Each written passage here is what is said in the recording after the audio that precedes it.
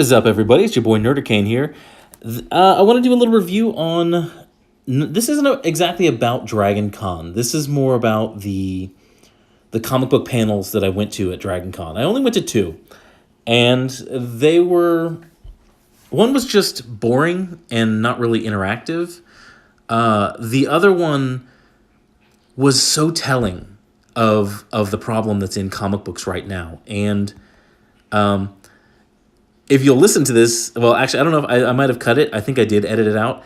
The guy who ran the second panel actually invited me to do a submission and possibly be on the stage next year if he does this panel. I don't think I will because I openly said I was conservative, and I actually asked them if there was anybody on the panel who was a conservative, because this was the Politics in Comics panel. And as you can imagine, in 2018, it was all about politics. It was three people with an absolute axe to grind politically. But let's get to the one on indies. Now, the one on Indie Comics really should have been called the Teenie Howard Show, because she was up there and everything was directed through her. And yes, and I kind of found out who she is. And yes, Teenie Howard is in indie comics. She makes indie comics, but she does Assassinistas, which is a terrible book. It ships, mind you, about 2,000 a month. And she also does Hack Slash, which also ships about sub 5,000. I'll put the Comicron numbers up here, but everything was run through her. And basically, and they talked a little bit about Cerberus. They talked about someone who had passed away and the comic. They didn't really do a whole lot, and I really wish they had taken questions from the audience, because I definitely would have asked them what they thought of the success of Cyberfrog and Jawbreakers and the growing Comicsgate Indiegogo comic books. That would have been very, very interested to hear. But there was something very sad, and something, that I heard from Teenie Howard, Miss Howard. She basically talked about when the comic book company, when the publisher meets with her and buys her dinner, she feels like she's made it. She feels like she's big time when the publisher buys her a meal. And it was funny because she said that, and instantly I thought, people like Nasser Rabadi, people like EVS and Diversity in Comics, they've done so well in indie comics. They don't need a publisher to pick up their meal. They control their own destiny. And I thought that I was just like, how sad is that if you putter along selling less than 10,000 copies a month between 2 or 3 books, and you're just excited when Image or somebody buys you dinner. Control your own destiny. You're not really in control of your own destiny if you have to worry about, if you get excited about the publisher buying dinner for you. So yeah, that panel was kind of a shit show, and I really wanted to ask a question. But the second panel I went to, this is the really interesting one. This was about politics in comics, and I'll show you some pictures from this one guy. This one skinny guy. He lives here in Atlanta, and I'm not gonna name the place. He's attached to some comic book shop. I'm not gonna name the place. He basically went on a 15-minute tirade comparing Trump to Lex Luthor, and it was definitely more about Trump. And I'll show you the pictures from this.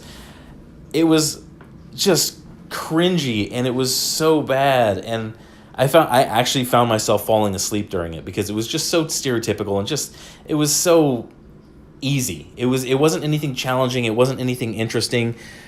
And I you'll see in the footage that I did, that I show you, I called him out for it. And he really, after the panel, I stuck around. I talked with actually another person there, but he had nothing to say to me. None of them really did. One of them had some little comments, and her little cheering crowd on Twitter were cheering her on, but I didn't engage with them on Twitter. I would have maybe next year. Maybe I'll put something forward, and I'll go up on the panel. But The telling thing is, and you'll see it, and I apologize because I recorded it on video and I put the phone down. So you're basically just going to see a black screen for a little while, but you're going to hear the audio. And I ask, and you'll see, I ask if they think that the heavy-handed politics in comics are leading to the decline in comic book stores and the decline of the audience. And without missing a beat, the one lady who was on about power structures and oppression and things like that, instantly she says it's a lie. And I really think, I hope that's very comforting to, anybody who's had a shop, who've owned a shop that's closed up in the past 2 years. I know Tea House Comics here in Atlanta, we recently lost Tea House Comics right before Dragon Con happened. So it's a lie. Apparently, according to her, and you'll see from her whole thing, from her whole speech at the panel, it was very politically driven. So yes, it was politics and comics, but you could see that all of them leaned so heavily towards politics. They were putting the politics in front of the comics, and that is very telling of what the industry is doing, putting the politics in front of the comic. And that's why we're seeing stores close. That's why we're seeing the industry struggling and dying. That's why creators who have 3 and 4 books come out a month are excited when the publisher buys them dinner. This is the reason why they're dealing with that. But that's all I got on that. I'm going to show you some little pictures here of the situation of the panels, which were an absolute shit show. And then I'm going to show you the recorded video. Thanks for watching. Hit a like, hit a subscribe, and have a good day.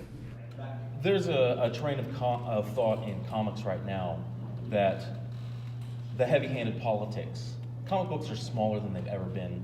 We're losing comic book shops every month. There's a train of thought that says that the heavy-handed politics in comic books are leading to a decline in it. What would you say to that? It's a lie.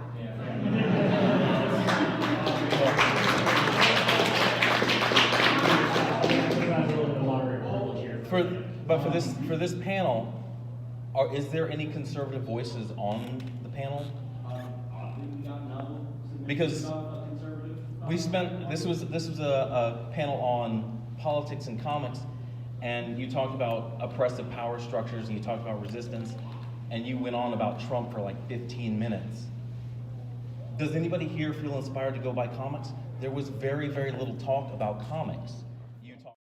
So that's all I got from the DragonCon comics panels. The guy who was talking about the resistance, he was the middle speaker. I think he's kind of a normie. I don't think he's a comic fan.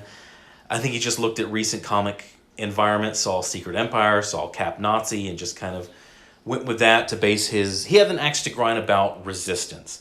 The first guy, man, I don't know what he was doing up there. That's low effort. He really should have been booed off the stage. And, the third lady, the one who said that it was a lie that the heavy-handed politics is damaging comics, she didn't talk about comics at all.